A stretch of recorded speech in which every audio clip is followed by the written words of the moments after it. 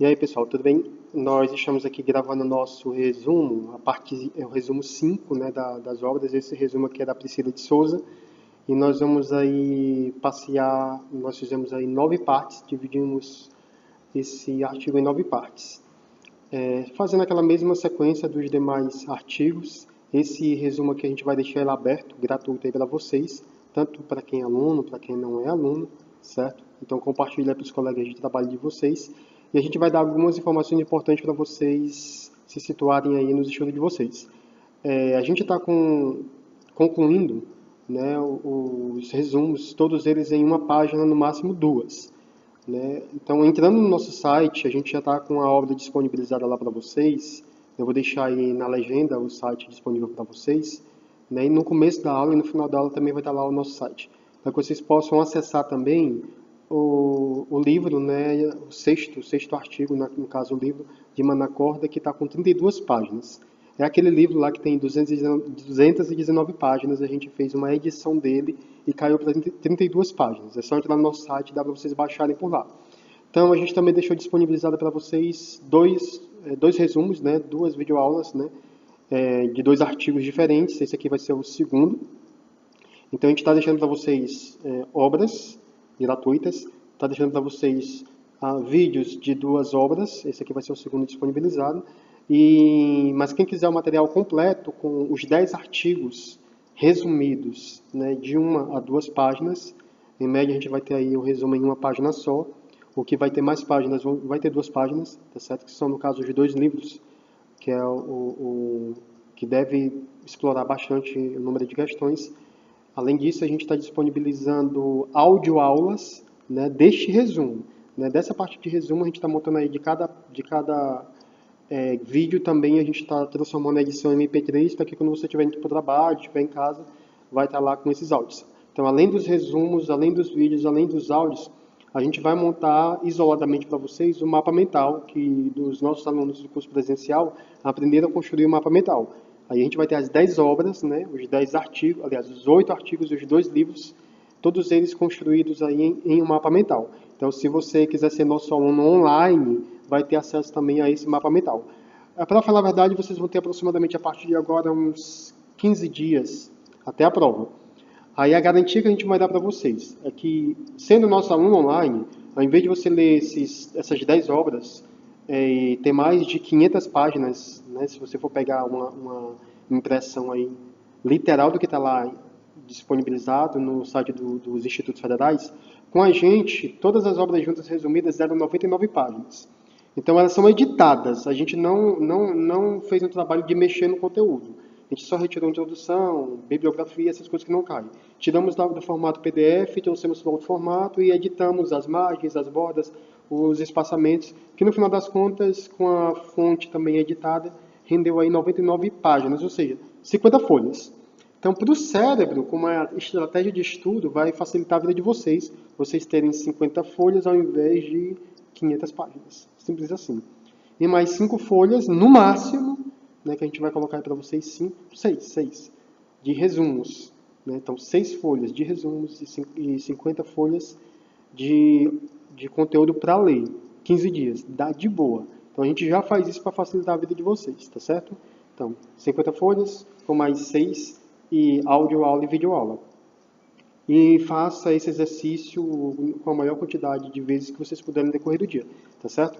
Então, esse vídeo, essa primeira parte do resumo vai ser a mais longa, até porque eu estou fazendo essa introdução. É só entrar lá no nosso site, vocês podem conferir o material completo. R$ 119,00 apenas, parcela aí em 12 vezes de R$ 19,90. Muito caro, né? Aliás, de R$ 11,90, se vocês quiserem comprar parcelado. 12 de R$ 11,90, certo? Tá baratinho mesmo. Então, é para ajudar vocês a passar, beleza? Então, vamos lá para pegar esse material aqui da Priscila de Souza. É o artigo 5º, o artigo, né, de número 5, lá da ordem do mestrado para o FPT, tá certo? Então, a partir de agora, vocês vão acompanhar a leitura com a gente do resumo que a gente fez. É leitura mesmo. Então, a mesma lógica dos demais, anteriores. Vai lendo, né, imprime o primeiro resumo, vai fazendo a leitura. E dessa leitura que a gente já organizou para vocês em 4 tópicos, em média são 4 tópicos, de cada parte do do resumo, então você vai grifando, né, vai colocando marcador nas palavras-chave de cada tópico, porque isso vai facilitar a memorização. São 15 dias em que vocês vão ter que dar ênfase a sínteses. Então, vai transformando esse resumo em uma síntese. Resumindo o que está resumido. Então, vai marcando as palavras-chave. Então, a partir de agora, acompanhe aí a leitura do texto. Bora lá. A parte 1 fala quanto à obra Materialismo Histórico Dialético e suas relações com a pesquisa participante. Contribuições para pesquisas em mestrados profissionais. Essa obra de Priscila de Souza Cristê Leite. O primeiro tópico, a gente destacou para vocês que o artigo ele evidencia pressupostos do materialismo histórico dialético, estabelecendo diálogo entre esse método e a pesquisa participante, abordando sobre especialidades dos mestrados profissionais no Brasil, e ele exemplifica essa modalidade de pós-graduação a partir da apresentação de pesquisas desenvolvidas em um mestrado profissional na área de ensino de humanidades. Eu quero lembrar para vocês que esse trabalho foi feito principalmente com ênfase na turma lá do Espírito Santo, cidade de Vitória. Então, quando vocês estiverem fazendo leitura, se vocês estão fazendo essa leitura desse artigo, vocês vão perceber isso. Esse trabalho foi desenvolvido em cima dessa pesquisa de lá. O nosso segundo tópico diz que conclui que a pesquisa participante, em especial a sistematizada por militantes latino-americanos da educação popular, aproxima-se das prerrogativas do materialismo histórico dialético, devido ao foco na transformação social e coletiva, e também à vinculação com a dialética marxiana, e ao estímulo ao empoderamento dos participantes. Perceba que a pesquisa ela tem um foco aí em quem está participando do processo de pesquisa, por isso ela vai se referir a esse empoderamento dos participantes. Nosso tópico terceiro fala que infere que a pesquisa participante é um ponto de partida para a apreensão imediata do real, sendo necessária a relação com um método que permita ao pesquisador desvelar a aparência do objeto investigado, apreendendo seu movimento, encontrando suas múltiplas determinações por meio da análise histórico-dialética da realidade, alcançando sínteses que retornem em outra dimensão o objeto investigado. O nosso quarto e último tópico dessa primeira parte, a gente viu aí que trata do materialismo histórico dialético, né, que é um método de interpretação da realidade considerado como a teoria do conhecimento do marxismo originário, que se contrapõe aos dualismos dicotômicos próprios da lógica formal ao seguir os preceitos da lógica dialética. O processo dialético parte da análise de polos contraditórios, que em um confronto superam a incorporação no movimento anterior, produzindo pela própria ação sobre a realidade. Uma nova realidade pensada, ou conceito pensado, que é a síntese de muitas determinações, unidade do diverso. Então, essa aí foi o nosso resumo, né? Aqui a primeira parte do artigo da Priscila. Esse artigo da Priscila é aquele que nos leva mais a refletir e pensar pelo grau de densidade. É um artigo muito denso, né? Mas que vocês têm que focar os olhos e a leitura de vocês nessas palavras-chave, certo? Nessa pesquisa. Então a gente volta daqui a pouquinho com a nossa segunda parte desse resumo. E aí, turma, tudo bem? Vamos continuar aqui com a nossa segunda parte, né, do nosso resumo da obra de Priscila de Souza. Beleza? Acompanhe aí a leitura com a gente. Bem, a segunda parte a gente vai tratar quanto ao materialismo histórico dialético em si. O primeiro tópico diz que ele, né, esse materialismo, compreende que a realidade objetiva é histórica e, para explicá-la, cabe revelar sua dimensão diacrônica, permitindo assim observar essa realidade como um processo de desenvolvimento. Defende ainda a superação da dicotomia sujeito-objeto, pois infere que sujeito e objeto são dois aspectos de uma mesma realidade, em contradição e em unidade indissolúvel dos opostos. Já o nosso segundo tópico dessa segunda parte fala que esse materialismo, né, ele estima que a unidade, no caso, sujeito-objeto, do conhecimento, exige a compreensão concreta de ambos e fortalece a necessidade de compreendermos nossas vivências em uma sociedade essencialmente alienada ou alienante, que precisa ser superada. Já o nosso terceiro tópico dessa parte 2 diz que a obra alerta que teorias pós-modernas hegemonizam o ideário e o imaginário coletivo da sociedade, ao esboçarem reflexões superficiais sobre o capitalismo e considerarem ultrapassado o materialismo histórico dialético. Essas mesmas teorias apresentam o real por meio de indicadores e discursos que manipulam e escondem as verdadeiras contradições da sociedade. Busca-se explicar e resolver os problemas sociais pela elaboração de novas narrativas abstratas, negando a luta de classes inerente à sociedade capitalista. Então, a Priscila ela faz esse alerta, né, em relação às teorias pós-modernas que fazem o confronto com as teorias marxistas.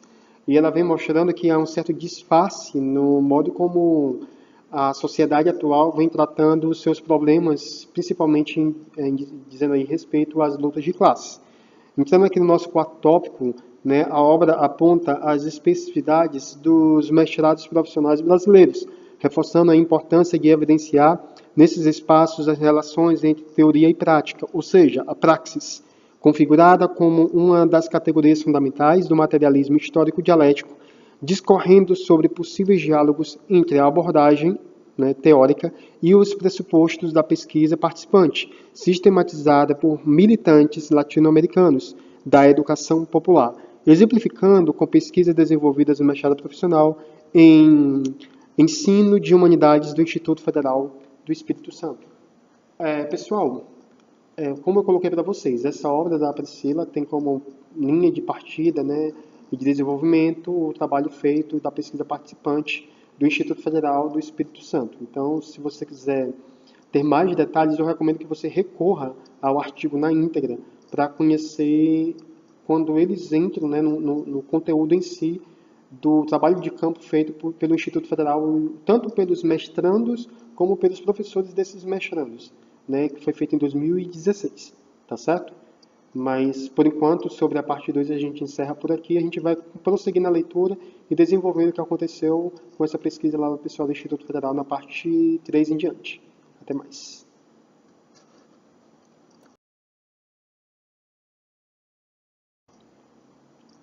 E aí, turma, tudo bem? Como é que estão os estudos? Para não, viu? Para não. Continue lendo se você está acompanhando aí pela internet, ou está acompanhando aí pelo Gmail, pelo nosso site, continue assistindo, continue ouvindo, vai lá também nos nossos áudios, tá certo? Entra lá no site, se possível lá, baixa os áudios e vai ouvindo, todo dia, de manhã, de tarde, de noite, no banheiro, não interessa, no trabalho, coloca lá no celular e fica escutando, beleza? Vamos prosseguir aqui para a nossa terceira parte. Bem, na nossa terceira parte, nós resumimos quanto aos mestrados profissionais brasileiros na área do ensino. O que a Priscila nos fala? Nosso primeiro tópico diz o seguinte: a criação dos mestrados profissionais possui uma influência internacional e se aproxima da estrutura norte-americana de pós-graduação, objetivando a aplicação e a extensão de conhecimento a finalidades profissionais ou vocacionais, acatando regulamentações de agências de financiamento como o Banco Interamericano de Desenvolvimento, nosso conhecido BID, que em 1995, com o documento, né, com a obra chamada O Ensino Superior, as lições derivadas da experiência, expôs orientações para as políticas educacionais, enfatizando a necessidade dos governos redefinirem suas funções relativas ao ensino superior. Essa informação é bastante importante porque você já sabe a fonte influenciadora desse tipo de mestrado profissional, né? E você vai ver que houve uma submissão, no caso do governo brasileiro, aos critérios do BID, né? Do Banco Interamericano de Desenvolvimento. Então, não esqueça dessa informação não, porque eu tenho quase certeza que ela vai estar na prova de vocês como a instituição financiadora que a gente teve aí, né, na década de 90 em diante. O tópico 2 diz que o BID, né, pelo óbvio, já que ele financia, então ele indicou a implementação de programas de cooperação interinstitucionais de pós-graduação à distância, bem como a aproximação da universidade com o setor produtivo. E outra informação que eu quero deixar para vocês, a gente está falando de mestrado profissional. Então, se a gente está falando de mestrado profissional, pelo óbvio também, ele vai ter essa ênfase no setor produtivo, no desenvolvimento de material, né, e algo voltado para essa vocação. Não se esqueçam disso. Né? Então, voltado aí do setor produtivo, mercado, e sugeriram a flexibilização do sistema de pós-graduação, tornando receptivo a novas formas de capacitação de recursos humanos. O nosso terceiro tópico diz que, diante das demandas associadas às experiências né, americanas e às políticas de articulação internacional, os mestrados profissionais foram instituídos no Brasil em 1995, como eu disse, a partir da década de 90, pela portaria número 47 da Coordenação de Aperfeiçoamento de Pessoal de Nível Superior, CAPES, beleza? Então, a CAPES, que é a nossa coordenação de aperfeiçoamento de pessoal de nível superior, e pela subsequente regulamentação expressa pela portaria número 80 de 1998 do Ministério da Educação. Bem, o nosso quarto e último tópico diz que as autoras, né, Barros, Valentim e Melo, ressaltam na obra da Priscila que o mestrado profissional é destinado a um público externo à academia, para a gestão, produção e aplicação do conhecimento orientado para a pesquisa aplicada, a solução de problemas, a proposição de novas tecnologias e o aperfeiçoamento tecnológico. Elas ainda destacam que esses mestrados objetivam a capacitação de recursos humanos para a prática profissional transformadora, preservando a vinculação do ensino versus a pesquisa, formando pesquisadores e docentes, enquanto o profissional qualifica para o mercado de trabalho. Então, você já vê que ele foge do foco da questão do mestrado acadêmico, que tem a ênfase de aumentar a qualidade acadêmica daquelas instituições e já tem uma visão mais direcionada lá para o mercado de trabalho, desenvolvimento de produtos, desenvolvimento de tecnologias. Beleza? Então, aí da nossa terceira parte, fica aí o nosso resuminho. Vamos prosseguir para a quarta. E aí, pessoal, tudo bem? Vocês estão estudando? Pois não deixe de estudar não, certo? Aí a nossa dica de sempre, ó, vocês têm aí na mão agora, nas mãos de vocês, um textozinho que é de 1 página a 2 páginas de cada um desses artigos. Então, anda sempre com esse resumo, certo? Assista sempre essa videoaula, só são aí 2 semanas pela frente que vocês vão ter. A audioaula vai ser super importante para quando você estiver trabalhando, quando você estiver tomando banho, quiser ficar lá escutando o áudio, escute também. Quanto mais vocês escutarem os áudios, quanto mais vocês assistirem os vídeos, e quanto mais vocês conseguirem resumir, fazer a síntese desses resumos, maiores vão ser as chances de vocês serem aprovados nesse mestrado. Vocês estão com uma grande oportunidade diante de vocês. Então, não dispensa não, essa oportunidade não.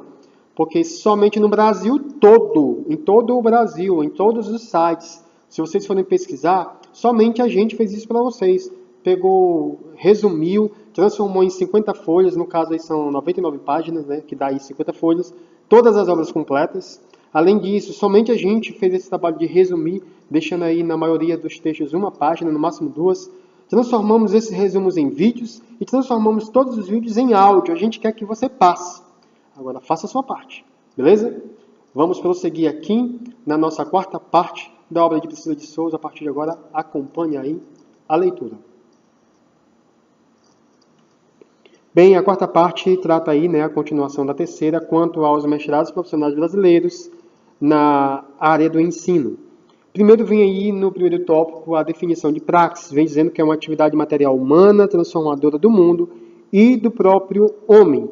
Uma atividade real, objetiva e, ao mesmo tempo, ideal, subjetiva e consciente. Ela é teórica e prática, né? Ela é prática na medida em que a teoria, como guia da ação, molda a atividade do homem. E ela é teórica, visto que essa relação é consciente. Portanto, apesar de inseparáveis, a prática tem primado sobre a teoria, pois é ela que se constitui como origem, e a teoria é dela originada. Vem trazendo um alerta de que cabe aos programas de pós-graduações voltados aos mestrados profissionais colocar em foco essa discussão de modo a pressionar os órgãos legisladores a modificarem suas normativas e complementarem suas leis quanto às relações intrínsecas entre teoria e prática. No caso específico da metodologia de pesquisa, a teoria pode colaborar para que a ação do pesquisador seja mais aprofundada e crítica. No terceiro tópico, diz que o materialismo histórico-dialético pode contribuir para o entendimento epistemológico nas investigações sobre práticas em espaços educativos, pois suas dimensões ontológicas e axiológicas, por exemplo, interagem uma filosofia de transformação, a qual visa, por meio da análise histórica e dialética da realidade, alcançar sínteses que retomem em outra dimensão a conhecimento inicial e visam, em última instância, a transformação social e coletiva.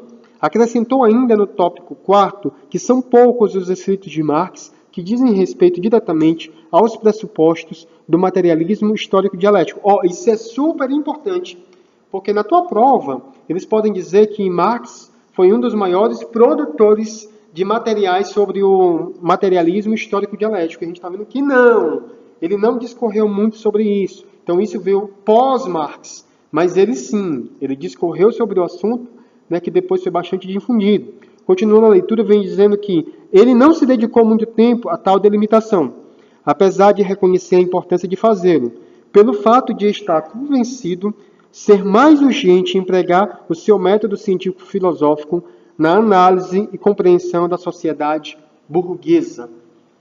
Então, essa quarta parte, eu digo que é uma das partes mais importantes, porque ao mesmo tempo que está tratando sobre a definição de praxis aos olhos da autora, da Priscila de Souza, vem trazendo essa observação aí sobre Marx.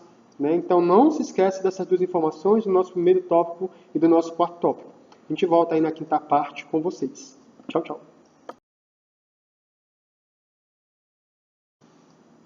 Oi, pessoal, tudo bem? A gente está entrando aqui na nossa quinta parte do nosso resumo da obra de Priscila de Souza, beleza? E as instruções são a mesma, vai lendo na medida que a gente vai passando a videoaula.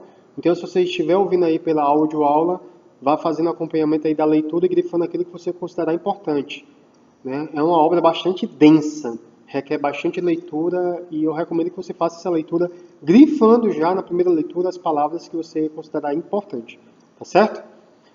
Então, bora lá, a partir de agora, fazendo a nossa leitura. Bem, a quinta parte diz quanto aos pressupostos do materialismo histórico-científico. Tópico 1º. O método de Marx não resultou de descobertas abruptas ou de intuições geniais. Ao contrário, resultou de demorada investigação. E Vasquez considera o materialismo histórico-dialético uma concepção, um modelo de interpretação e ação no mundo vinculado conscientemente à praxis revolucionária, ou seja, uma filosofia que pode guiar uma transformação humana radical ao desvendar contradições e evidenciar mecanismos de dominação no modo de produção capitalista. B. Nosso segundo ponto. O materialismo histórico-dialético compreende que o conhecimento é social, pressupõe o outro, sendo a apropriação do saber sistematizado necessário para a constituição do sujeito.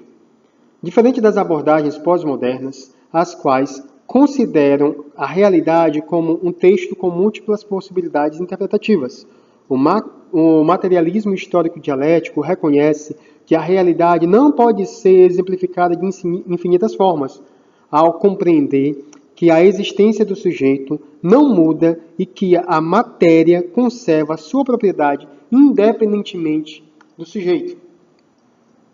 O nosso terceiro tópico traz que, através do humanismo materialista, o materialismo histórico-dialético considera o homem como o maior artesão da realidade, a qual se constitui a partir das relações que a humanidade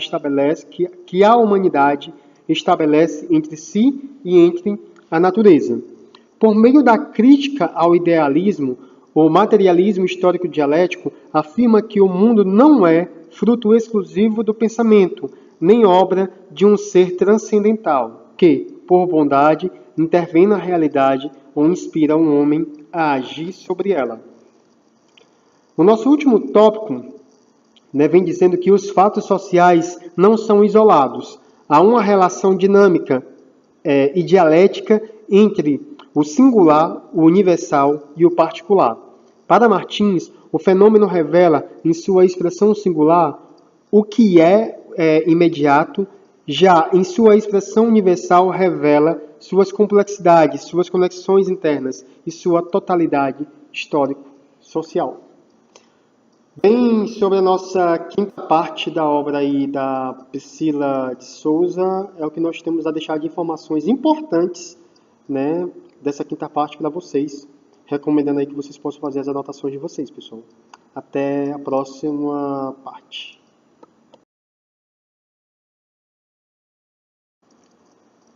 E aí, pessoal, tudo bem?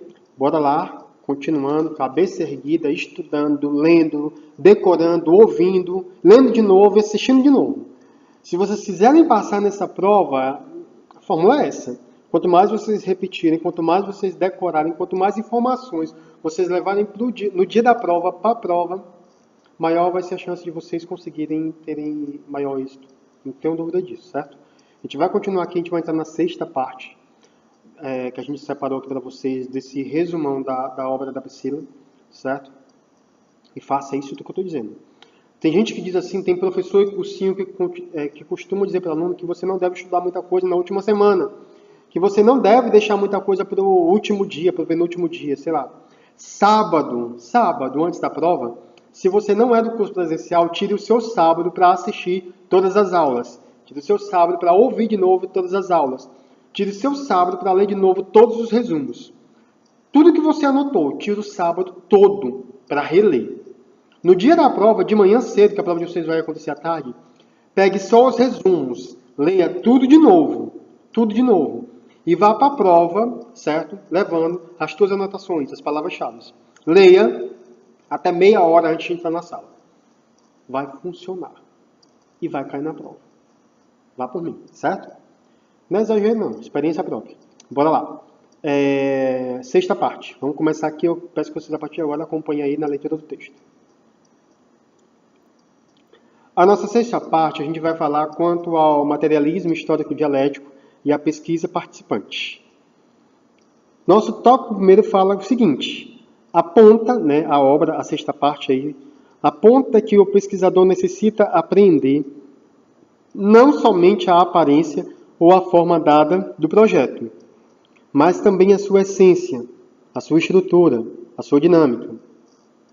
Toda ciência seria supérflua se a aparência e a essência das coisas coincidissem imediatamente. O pesquisador precisa ser capaz de mobilizar conhecimentos, criticá-los, revisá-los e colocar em movimento sua criatividade e imaginação.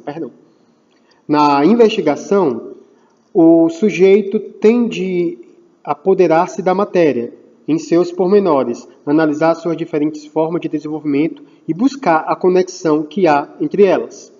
Já no nosso segundo tópico, diz que o materialismo histórico-dialético influenciou a sistematização de alguns procedimentos de investigação, os quais favoreceram a participação coletiva.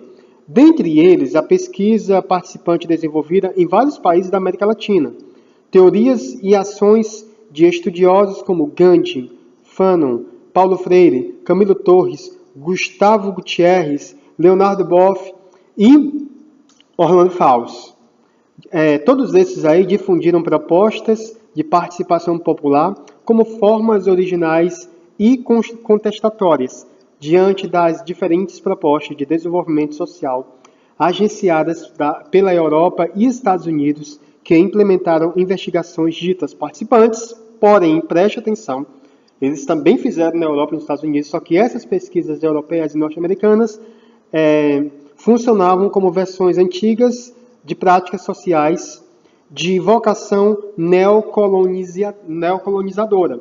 Beleza? Então, vamos aqui para a nossa terceira parte.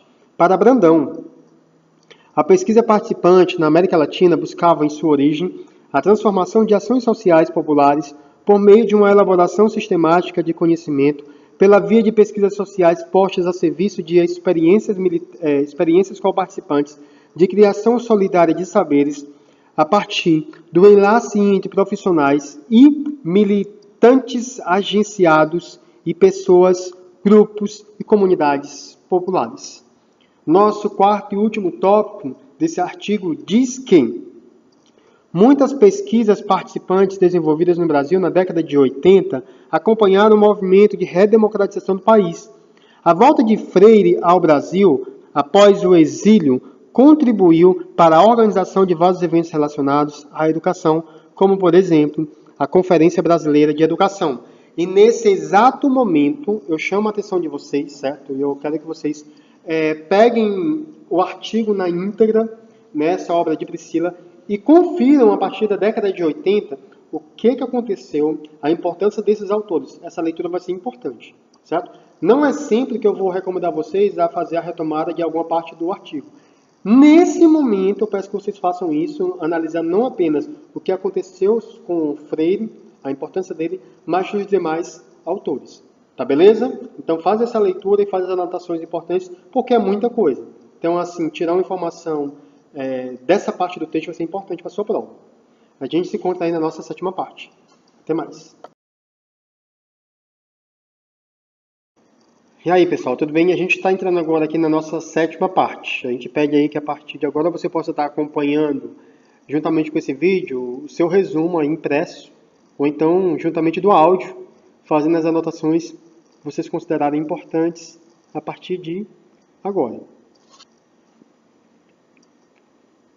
No nosso primeiro tópico, Fausto aponta princípios procedimentais que necessitam ser seguidos nas pesquisas a compreender o espaço intelectual e técnico do pesquisador, apresentando o seu compromisso com a causa popular, além de evitar copiar tendências sem levar em conta o meio cultural em que a pesquisa está inserida. Além disso, ele recomenda que deve ouvir as bases de forma organizada e sem arrogância intelectual, tendo também que sugerir o que está sendo investigado de modo participativo.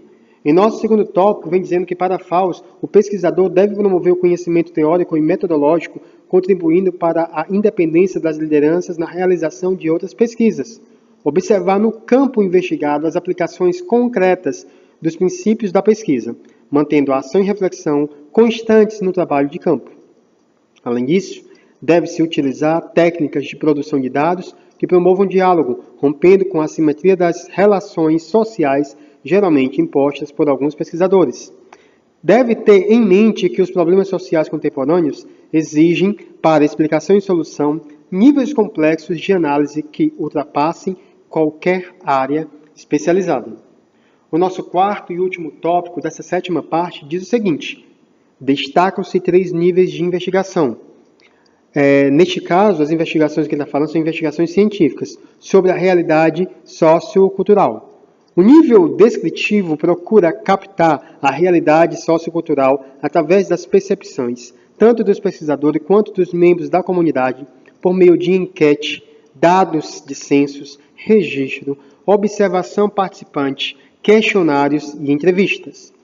O nível analítico-redutivo procura analisar as concepções da comunidade sobre a realidade.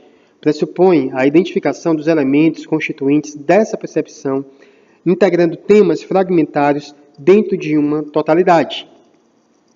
A redução significa recompor os elementos presentes na percepção, interligando-os a outros com a intenção de explicá-los como parte em uma totalidade. Por fim, o nível histórico-genético que se aplica exigindo o desvendamento de suas origens históricas, ou seja, de sua dimensão diacrônica, sem a qual se perde o aspecto processual. Essas são as nossas 4 partes, esses são os nossos 4 tópicos sobre a 7ª parte da obra da nossa Priscila de Souza. A gente se encontra na nossa 8ª parte. E aí, pessoal, tudo bem? Bora lá continuar aqui nosso estudo. A gente está acabando esse artigo da nossa Priscila de Souza, certo? Está acabando, vamos lá continuar com todo esse ânimo, certo? Não dorme não, fica aí esperto, anotando aí as informações importantes, tá certo? Vai acompanhando a leitura aqui por meio do vídeo, então se você está escutando aí no áudio, e vai relembrando todas essas informações, marcando aí as palavras-chave. Vamos continuar aqui com a nossa leitura da nossa oitava parte, beleza? Acompanhe aí a partir de agora. A nossa oitava parte vem dizendo quanto às pesquisas desenvolvidas em um mestrado profissional na área de ensino de humanidades. Primeiro eu quero chamar a atenção de vocês de que esse mestrado, essa pesquisa foi feita pelo Instituto Federal, nessa obra vai abordar o trabalho feito em 2016 pelo Instituto Federal do Espírito Santo, Vitória. Então você vai ver que boa parte desse material vem fazendo menção a esse trabalho que foi feito pelos mestrandos de lá. Já recomendei que vocês fizessem a leitura dessa parte lá no artigo, e é muito importante falar sobre isso aqui nessa oitava parte, tá certo? Que a gente vai agora entrar nesse grupo de estudo. Então, você vai perceber que no tópico 1 vem dizendo que aborda-se que os estudos sobre a cidade, eles fizeram um estudo sobre a cidade, sobre esse conceito cidade, se constitui como temática relevante no campo da educação e, consequentemente, do ensino, pois podem contribuir com a praxe do professor, ampliando sua compreensão sobre os aspectos históricos, políticos, sociais, culturais, filosóficos e econômicos referentes ao desenvolvimento contraditório e dialético do fenômeno urbano. Ou seja, eu estou fazendo aqui análise das cidades, sobre o aspecto de todos esses elementos sobre o viés urbano. Além disso, aqui no nosso segundo tópico, vem dizendo que o grupo de estudos e pesquisas sobre educação na cidade e humanidades, que ele vai chamar de GPEC, GPEC com CH no final, para você que está escutando, de mestrandos e professores do Instituto Federal do Espírito Santo, o IFES, iniciado em 2016, momento de início também do mestrado, objetivou aí algumas coisas, Tem 3 objetivos. O primeiro desses objetivos foi discutir relações entre a cidade e a educação a partir de áreas do conhecimento ligadas às humanidades. Segundo, planejar, executar e avaliar formações de professores da educação básica que contribuam com reflexões sobre os espaços da cidade, bem como, o terceiro objetivo, sistematizar materiais educativos que discutem e apresentem propostas contra-hegemônicas de se conhecer, em especial, as cidades do Estado do Espírito Santo. Como eu disse para vocês, essa obra foi desenvolvida pelo pessoal do Instituto Federal do Espírito Santo, pelos mestrandos e professores de lá. Nosso terceiro tópico diz o seguinte: a partir de alinhamento teórico com autores inseridos no materialismo histórico-dialético, o GPEC, que é esse grupo de estudos, participou de atividades que buscaram ampliar o conhecimento dos participantes. Como assim? Ora, por meio de visitas a espaços educativos da cidade, promovendo palestras e entrevistas com estudiosos da área, e discussões sobre textos teóricos de base marxiana. Nosso quarto e último tópico vem dizendo que o GPEC, esse grupo de estudos, sistematizou uma série de formações de professores de acordo com os objetivos das pesquisas desenvolvidas pelos mestrandos, tais como a formação Educação na Cidade, que eles criaram essa formação aí, chamada Educação na Cidade, estudos sobre o processo de modernização de Vitória, Espírito Santo. Os materiais desenvolvidos nesse trabalho foram elaborados a partir dos pressupostos do materialismo histórico-dialético e buscaram apresentar o processo de modernização da cidade de Vitória, revelando aspectos contraditórios e sugerindo os roteiros de visita à cidade, que colocaram em discussão tais aspectos. Bem, pessoal, a obra vem agora para o campo mais prático dessa pesquisa, realizada lá em Vitória, principalmente no estado do Espírito Santo, pelos alunos do mestrado do Instituto Federal do Espírito Santo. Então, nosso oitavo tópico, aliás, nossa oitava parte, dá uma ênfase, e eu recomendo que vocês façam, pela segunda vez, dentro desse artigo, a leitura sobre esse trabalho do grupo de estudo na íntegra. Então, corre lá para o artigo, faz a leitura na íntegra. Por que eu precisei fazer a leitura? Porque alguma informação vai cair na prova, não tenha dúvida. Se ele deu tanta ênfase nesse trabalho, e se vocês estão se preparando para um mestrado do Instituto Federal, e se a base nacional desse mestrado é o Instituto Federal do Espírito Santo, então, como uma experiência, certo? Corre no trabalho feito, que está lá no artigo da autora, certo? Que vocês vão precisar de algumas informações para a prova de vocês. Então, é pela segunda vez, né, que eu venho aqui chamar a atenção de vocês para uma leitura além do resumo, para você ler essa parte na íntegra que está lá no artigo, que a gente disponibilizou para o nosso aluno do presencial e para o nosso aluno do online. Então, dá uma lida nessa partezinha aí, porque com certeza vai estar na prova. É o objeto de estudo para o qual vocês estão sendo selecionados. Então, com certeza vai estar na prova, tá certo? Então, a gente encerra aqui a nossa 8ª parte, certo? A gente se encontra aí na nossa 9ª parte daqui a pouquinho. Até mais.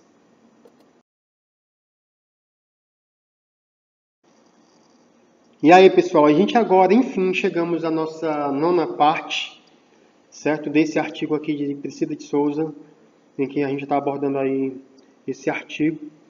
E a gente, né, é a última parte, né, e a gente quer chamar a atenção de vocês para que vocês mantenham esse ritmo de anotações e grifando tudo aquilo que vocês considerarem importante para a prova de vocês. Eu vou cansar de repetir para vocês que vocês têm a capacidade de todo dia escutar ou assistir todas essas obras, são curtas. Então dá para vocês pelo menos a metade num dia, metade no outro dia, metade no dia, metade no outro dia, né, para vocês estarem acompanhando esses resumos. Acordou, né, tá lá com o celular, coloca lá no ouvido, enquanto você vai fazendo aí os afazeres aí de casa, lá no trabalho quando tiver com tempo livre, quando estiver indo para o trabalho, bota lá no celular para estar escutando, certo? Então, toda oportunidade que você tiver, leva o celular e assiste do celular todas essas videoaulas, porque é de forma bem objetiva. A gente fez um trabalho bastante objetivo, enxuto para vocês. A gente deixou aí em uma página, no máximo 2, cada um dos 10 artigos. As videoaulas são curtas, as audioaulas são curtas, né? E o nosso material impresso com as 10 obras são 50 folhas, 99 páginas. Nessas 2 semanas que tem aí pela frente, eu tenho uma certeza absoluta, eu vou ser redundante, certeza absoluta, e que vocês têm potencial suficiente para detonar nessa prova, certo? Se você ainda não é aluno do online, a gente deixa essa dica aí para vocês, né? Tá baratinho, tá R$ 119, parcela até 12 vezes de R$ 11,90. O acesso a todas as aulas, acesso a todas as audioaulas, acesso ao nosso material de 50 folhas em que está todas as obras na íntegra.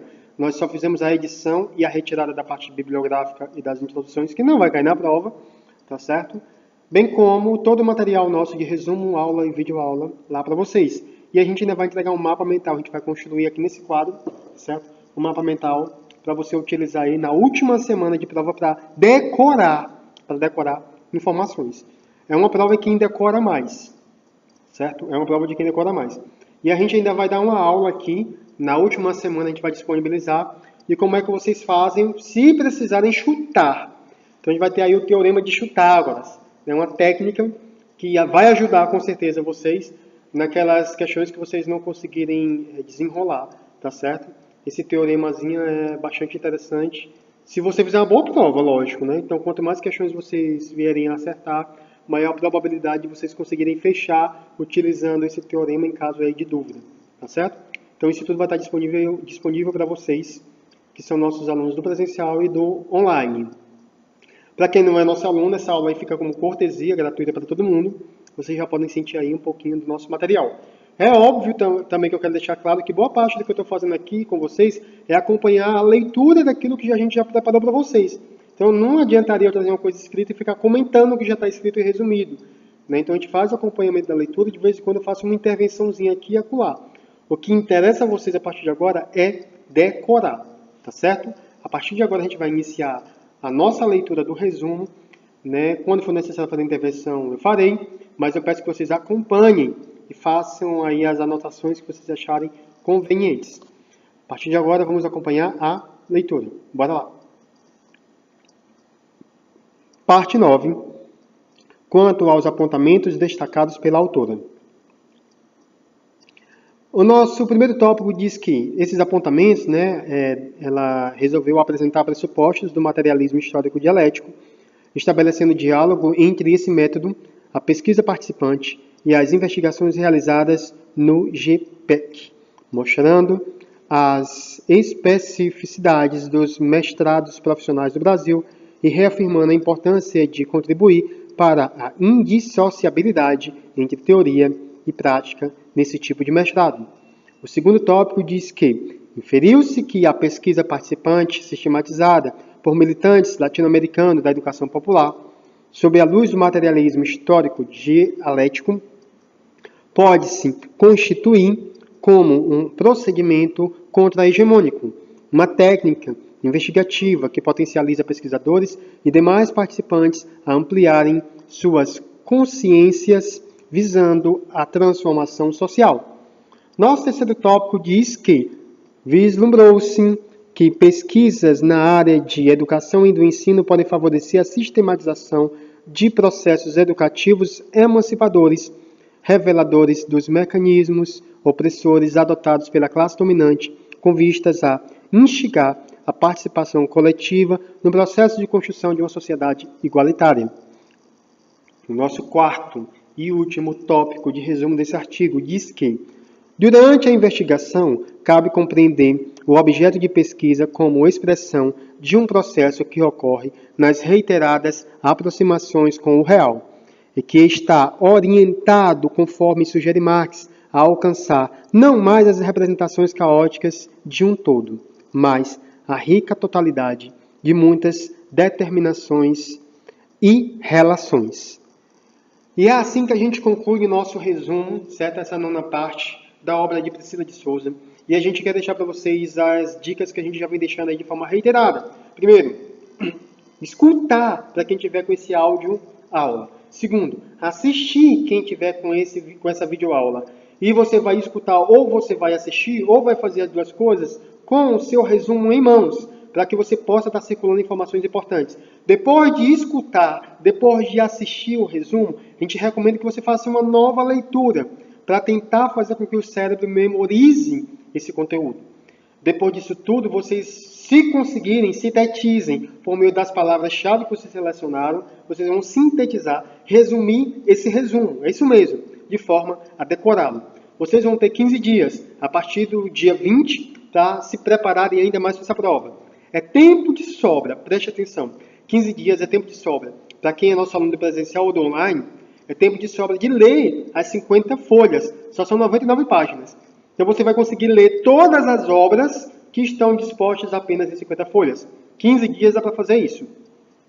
Deixe lá também um tempinho para você durante o dia, para que você possa ler os 10 resumos. É uma página ou duas no máximo de cada um desses autores. Então você vai ter 10 resumos, certo? Para você fazer a leitura. Quando tiver nos últimos 5 dias, gaste todas as suas energias para fazer a releitura, escutando também as audioaulas e assistindo as videoaulas, tá certo? E como eu disse também nos vídeos anteriores, no sábado, você que é nosso aluno do online, porque quem é do presencial vai estar aqui estudando com a gente. Mas se você não é aluno do presencial, se você é aluno do online, então deixe o seu sábado para você fazer uma revisão de todas essas videoaulas, ou então você escutar todas as audioaulas. Isso no sábado, dia 4, antes da prova. Quando for no domingo, dia da prova, você vai levar para a sua prova, certo?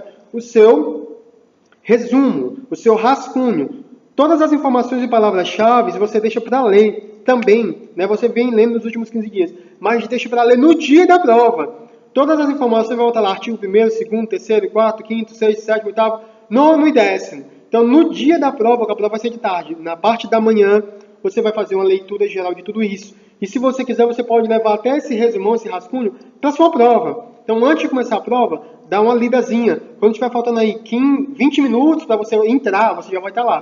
Quando estiver faltando 20 minutos para entrar, 15 minutos para entrar, você estiver botando o pé dentro da porta, então você amassa e rebola. Ou então dobra, bota dentro da sua bolsa e coloca embaixo da cadeira e vai fazer a tua prova. Por que eu estou dizendo isso?